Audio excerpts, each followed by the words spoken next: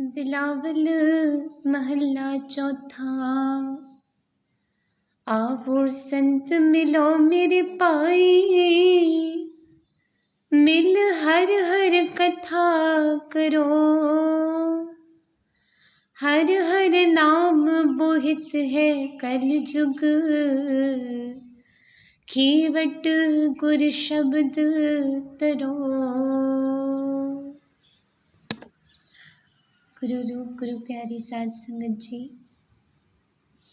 आज के दीवान में फिर से तन तन गुरु रामदास जी महाराज चौथी पातशाही सोढ़ी सुल्तान सच्चे पातशाह जी का पावन हुक्म हमें अमृत वेले के दीवान में बख्शिश हुआ है। आज फिर गुरु महाराज हमें पुकार रहे हैं, बुला रहे हैं कि हे साध संगत जनों, हे मेरे भाइयों, हे मेरे सत्संगी जनों, संगत में आओ। संगत में आके उस एक अकाल पुरख परमात्मा की वाहिगुरु की सिफत सलाह करो। आवो संत मिलो मेरे भाई, मिल हर हर कथा करो। साध संगत में मिल के उस अकाल पुरख की कथाएं करो, भाव उस अकाल पुरख की सिफत सलाह करो, उसकी वाणी उच्चारण करो।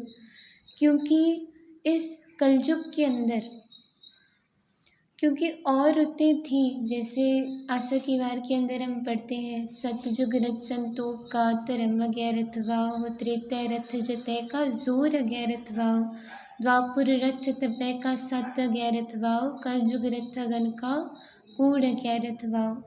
चारों युगों के अंदर उनकी अलग अलग क्रियाएं थी, उनकी महानता थी। पर कलयुग के अंदर अब कलु आयो रे, इक नाम बोवो बोवो, अनरुत नाही नाही मत परम पूलो पूलो।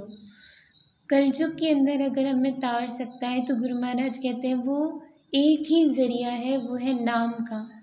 हर हर नाम बोहित है कलयुग, खेवट गुर शब्द तरो। गुरु के शब्द के ज़रिए उस एक अकाल पुरख के नाम रूपी जहाज के अंदर अगर हम चढ़ जाएंगे, उस परमात्मा की सिफत सलाह करेंगे, तो उसी से हम इस संसार में, इस कलयुग के अंदर, इस संसार रूपी भवसागर से पार हो सकते हैं। गुरु महाराज हमें समझाते हैं कि ये जो सिफत सलाह की दात है ना, अपने मन को समझाते हैं, हे मेरे मन, तू भी उस परमात्मा की सिफत सलाह किया कर। रहा की पंक्ति के अंदर गुरु महाराज अपने मन को उपदेश करते हैं, मेरे मन हर गुण हर उच्चरो। हे मेरे मन, तू भी उस परमात्मा की सिफत सलाह कर। अगर तू भी चाहता है संसार से पार होना है, तरना है, तो उस परमात्मा की सिफत सलाह कर। पर सिफत सलाह करने की दात जो है ना, ये काफ़ी दफ़ा बहुत सारे शब्दों में भी आता है कि मस्तक लिखत लिखे गुण गाए, मिल संगत पार परो। जिसके बहुत अच्छे भाग होते हैं ना, वही संगत में आ पाता है। जैसे और भी हम शब्द पढ़ते हैं कि बिन भागा सतसंग न लभै, बिन संगत मैल परिचय जियो। भागों के सिवा कोई भी उस परमात्मा की सिफत सलाह नहीं कर सकता। जैसे और भी प्रमाण अगर हम देखें कि गुण निधान गुण तिन ही गाए, जाको कृपा तारी। वही परमात्मा की सिफत सलाह कर सकता है जिसके ऊपर परमात्मा कृपा करता है। हर जियो कृपा करे ता नाम दे आइए जियो। अगर परमात्मा हमारे भाग जाग जाते हैं, हमारे ऊपर परमात्मा की कृपा होती है, तभी हम संगत में आके गा सकते हैं, संगत में मिल सकते हैं। तो अभी यहाँ पे एक साखी मुझे याद आ रही थी, माता सुलखनी जी। माता सुलखनी जी के विवाह को काफ़ी समय हो गया था। काफ़ी समय होने के बाद उनके घर में संतान की प्राप्ति नहीं थी। जब वो गुरसिखों के साथ बात करती हैं, बाबा बुड्ढा जी के साथ बात करती हैं, अपनी परेशानी, अपनी व्यथा रखती हैं, तो बाबा बुड्ढा जी कहते हैं कि उस समय गुरगद्दी पे विराजमान छठी पातशाही धन धन गुरु हरगोबिंद साहब जी महाराज विराजमान हैं। तो बाबा बुड्ढा जी उनको बोलते हैं कि माता जी, आप गुरु महाराज जी के पास जाइए, अरदास करिए। गुरु महाराज जी के दर पे तो सब कुछ है, आपको सब कुछ मिल जाएगा। तो माता जी जाती हैं गुरु महाराज जी के पास। गुरु महाराज जी को जाके बेनती करती हैं, अरदास करती हैं, सच्चे पातशाह मुझे संतान की प्राप्ति बख्शो। तो गुरु महाराज उन्हें बोलते हैं कि हे माता, मैंने तेरा जीवन, तेरा भाग्य देखा है, तेरे तो भाग्य में लिखा ही नहीं हुआ है संतान की प्राप्ति। अगले 7 जन्मों तक तेरे भाग में संतान का सुख नहीं लिखा हुआ, तू वापस चली जा। तो माता सुलक्षणी पूरा मन निराश होके वापस आ रही हैं।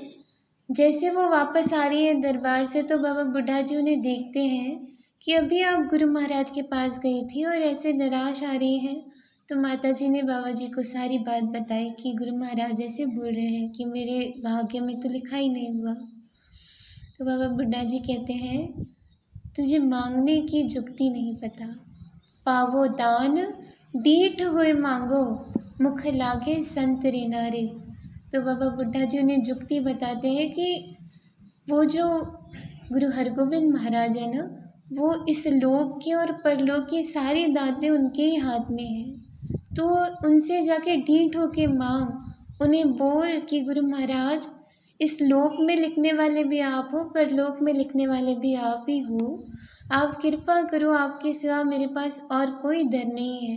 मैं जाऊंगी तो आपसे दात लेके ही जाऊंगी। ऐसा पूर्ण विश्वास बना के, अपने हृदय के अंदर पूर्ण प्रतीत श्रद्धा बना के गुरु महाराज के पास जाओ तो आप कभी खाली नहीं लौटोगे। माता जी ने जुक्ति सुन ली। कुछ समय के बाद माता जी फिर गुरु महाराज के पास गई। जैसे हम साखी जानते हैं, गुरु महाराज घोड़े के ऊपर सवार थे, जाने लगे तो माता जी ने जाके उनको रोक लिया और बोला कि गुरु महाराज, मुझे संतान की प्राप्ति। गुरु महाराज ने फिर से उन्हें वही वचन दोहराया कि आपके कर्मों में तो लिखा हुआ नहीं। फिर माता जी ने उनके आगे बेनती की कि सच्चे पातशाह, लिखने वाले तो आप ही हो, हमारे भाग अगर कोई लिख सकता है तो वो आप ही हो। तो गुरु महाराज ने उनकी ये श्रद्धा पे प्रसन्न होके उस कागज़ और पेन के ऊपर माता जी ने जो उनको पकड़ाया कि आप अभी लिख दो मेरे कर्मों में अगर नहीं लिखा हुआ। तो जैसे हम जानते हैं कि इतिहास गवाह, इतिहास के अंदर लिखा हुआ है कि जिस माता के लिए गुरु महाराज ने बोला था कि आपके जन्मों में 7 जन्मों तक कोई प्राप्ति, पुत्र की प्राप्ति नहीं है, उनके पास, उनके घर में एक छोड़ के 7 संतान की प्राप्ति हुई। तो कहने का भाव ये है कि अगर हमारे भागों में लिखा हुआ नहीं भी है तो भी अगर हम दिल से सच्चे पूरे विश्वास के साथ अगर गुरु महाराज को मांगेंगे ना, सच्चे पातशाह मुझे तो तेरे घर से साचे साहिबा क्या नहीं घर तेरा है, करते तेरे सब किछ है जिस दे सो पावे, पर मेरी इच्छा ये है कि सदा सिफ्त सलाह तेरी नाम मन वसावे। आगे वो बात आएगी कि जो परमात्मा के साथ जुड़ेगा उसे क्या क्या मिलेंगे, संसार के सारे पदार्थ मिल जाएंगे। पर हम मांगेंगे ना अगर सच्चे दिल से, गुरु महाराज मुझे सिफत सदा की दात बख्शो आप, तो गुरु महाराज हमारे ऊपर ज़रूर कृपा करेंगे और वो तो चाहते हैं। इसीलिए देखो कल भी हुक्म यही आया था कि आवो संत जनो गुण गावो गोविंद के रे राम। आज भी पुकार के गुरु महाराज ने हमें बुलाया है कि आवो संत मिलो मेरे भाई, मिल हर हर कथा करो। तो कहने का भाव, मस्तक लिखत लिखे गुण गाए, मिल संगत पार परो। जिन मनुष्यों के भाग उत्तम है, गुरु महाराज की जिनके ऊपर कृपा है, वो तो संगत में आएंगे, संगत में आके उस परमात्मा की सिफत सलाह करेंगे। आगे गुरु महाराज एक एग्जाम्पल दे रहे हैं। जैसे किसी शहर के अंदर अगर हम जाएं, हमें अगर पता है कि उस शहर के अंदर ये चीज़ कोई, फॉर एग्ज़ाम्पल अगर कोई खाने का पदार्थ है उस शहर में मशहूर है, तो हम उस शहर में जाके उस पदार्थ को लेने की हमारी ज़ाहिर है कि हमारी इच्छा होगी कि हम उस पदार्थ को लें। तो उसी एग्ज़ाम्पल को लेके गुरु महाराज यहाँ पे अपने सतगुरु के आगे बेनती कर रहे हैं, सच्चे पातशाह मैंने आपके संत जनों से सुना है कि काया नगर में राम रस उत्तम, क्यों पाए उपदेश जन करो। ये जो शरीर रूपी शहर है, इस शरीर रूपी शहर के अंदर अनेक प्रकार के रस हैं जैसे गुरु नानक देव जी की वाणी आती है श्री राग के अंदर, रस सुना रस रूपा कामड़, रस परमल की वास, एते रस शरीर के कै काट नाम निवास। हमारे इस शरीर रूपी शहर में अनेक प्रकार के रस हैं। तो गुरु महाराज कह रहे हैं, मैंने संत जनों से ये सुना है कि अनेक रसों में जो परमात्मा के नाम का रस है ना, वो बहुत मीठा है। काया नगर में राम रस उत्तम, पर मुझे उपदेश करो सच्चे पातशाह कि उस रस की प्राप्ति, उस पदार्थ की प्राप्ति कैसे हो, क्यों पाई है, उपदेश जन करो, मुझे समझाओ, मुझे उपदेश करो कि मैं परमात्मा के नाम का रस कैसे प्राप्त करूं। तो गुरु महाराज समझा रहे हैं, जवाब दे रहे हैं कि सतगुर सेव सफल हर दर्शन, मिल अमृत हर रस पियो। गुरु महाराज कह रहे हैं, सतगुरु की बताई हुई सेवा जो करेगा इंसान, सतगुरु के बताए हुए उपदेशों को जो पालन करेगा, उसे उस परमात्मा के अमृत रूपी नाम की प्राप्ति होगी। अभी सतगुरु के उपदेश क्या है? गुरु महाराज कहते हैं, गुरु की सेवा शब्द विचार। जैसे उस दिन भी कथा की विचार हुई थी कि मन पीवे सुन शब्द विचारा। जो मन है, गुरु की बताई हुई सेवा यही है कि गुरु के शब्द की विचार करें। जैसे विचार करते जाएंगे, एक एक दिन हमारे मन के अंदर उसका प्रभाव पड़ते जाएगा और मन एक दिन वो उस भाव के अंदर चेंज होना ही है, क्योंकि जिस तरफ हम अपने मन को लाएंगे, मन उसी तरफ मुड़ जाएगा।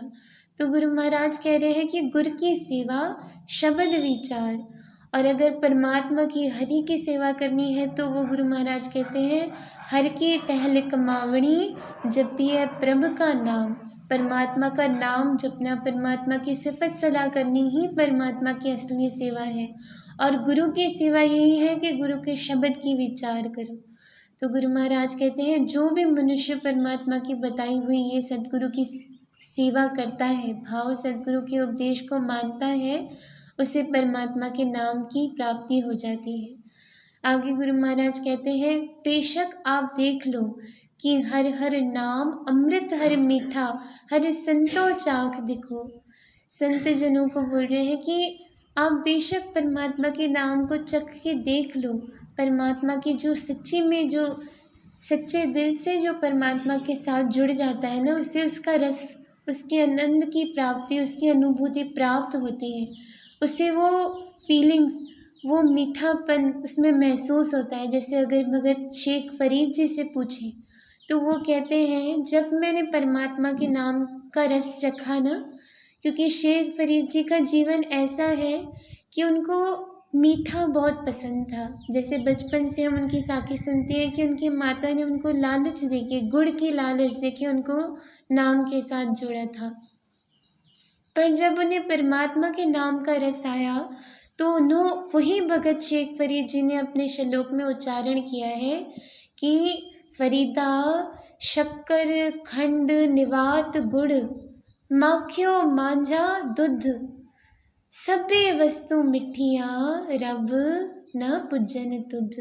शेख फरीद जी कहते हैं कि मुझे मीठा बहुत पसंद है, और इस संसार में जितनी मीठी वस्तु है ना, फरीदा शक्कर खंड निवात गुड़ माखियो मांझा दूध, ये सारी वस्तुएं मिठी गिनी जाती हैं। पर गुरु भगत फरीद जी कहते हैं, जब परमात्मा मैंने तेरे नाम का स्वाद चखा ना, सभे वस्तु मिठियाँ, ये सारी वस्तुएं मिठी हैं, पर रब न पूजन तुध, तेरे नाम की बराबरी परमात्मा, तू जितना मीठा है उसकी कंपैरिजन में ये सारी वस्तुएं कुछ भी मायने नहीं रखती मेरे लिए।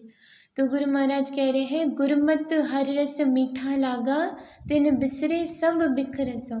जिसे एक बार इस नाम का रस आ जाता है, फिर उसे संसार के बाकी रस भूल जाते हैं। जैसे राम रस प्यारे जह रस बिसर गए रस, और बाकी के सारे रस उस इंसान के मन से भूल जाते हैं। तो गुरु महाराज अंत में अरदास करते हैं, राम नाम रस राम रसायण, हर सेवो संत जनों। गुरु महाराज बोल रहे हैं, हमें उपदेश करें कि हे संत जनों, उस परमात्मा के, उस राम के जो घट घट में व्यापक है, उसके परमात्मा के नाम का रस जो है ना, वो रसों से भी श्रेष्ठ रस है। उस रस को आप भी ग्रहण करो। ग्रहण करने से क्या होगा, आपके इस लोक के परलोक के सारे कार्य संवर जाएंगे। गुरु महाराज कह रहे हैं, चार पदार्थ चारे पाए, गुरुमत नानक हर मचो। इस संसार में ना सबसे बड़े चार पदार्थ गिने जाते हैं। जैसे चार पदार्थ है धर्म, अर्थ, काम, मोक्ष। धर्म का भाव है कि एक इंसान को अपना जीवन जीने के लिए एक सबसे अच्छी धर्म की एक कमाई चाहिए होती है। जीवन जीने का एक सबसे अच्छा ढंग जिसे धर्म कहा जाता है, धर्म चाहिए होता है। उसके बाद अर्थ भाव, पैसा, शोहरत, ये जीवन जीने के लिए उसे चाहिए होते हैं, दूसरा पदार्थ। तीसरा है काम का भाव, अच्छा गृहस्थी जीवन भाव, एक अच्छा लाइफ पार्टनर चाहिए होता है। और चौथा है मोक्ष का भाव, मुक्ति, उसे जन्म मरण के चक्कर से छूटना होता है। तो गुरु महाराज कहते हैं ये चारे पदार्थ गिने जाते हैं। एक श्रेष्ठ अगर चार पदार्थ संसार में जो है तो वो यही है, धर्म, अर्थ, काम, मोक्ष। तो गुरु महाराज कहते हैं तो फिक्र मत करिए, चार पदार्थ है ना, चार पदार्थ चारे पाए, तुझे चारों मिल जाएंगे। गुरुमत नानक हर भजो। जब तू गुरु के बताए हुए मार्ग पे चल के उस परमात्मा की सिफत सलाह करेगा, भाव शब्द की विचार से जुड़ेगा और परमात्मा का नाम जपेगा, तो गुरु की प्यारी साथ संगत, हम भी गुरु महाराज के आगे अरदास करें, सच्चे पातशाह तरस करो, हमें भी अपने नाम की दात बख्शो, हमारे मस्तक में भी लिख लो कि हम भी आपकी संगत में आए। हमारे अंदर वो उत्साह बख्शो, वो उमंग बख्शो, वो चाव बख्शो कि हम भूल के भी हमारा समा व्यर्थ ना गंवाएं, आपकी संगत कभी मिस ना करें।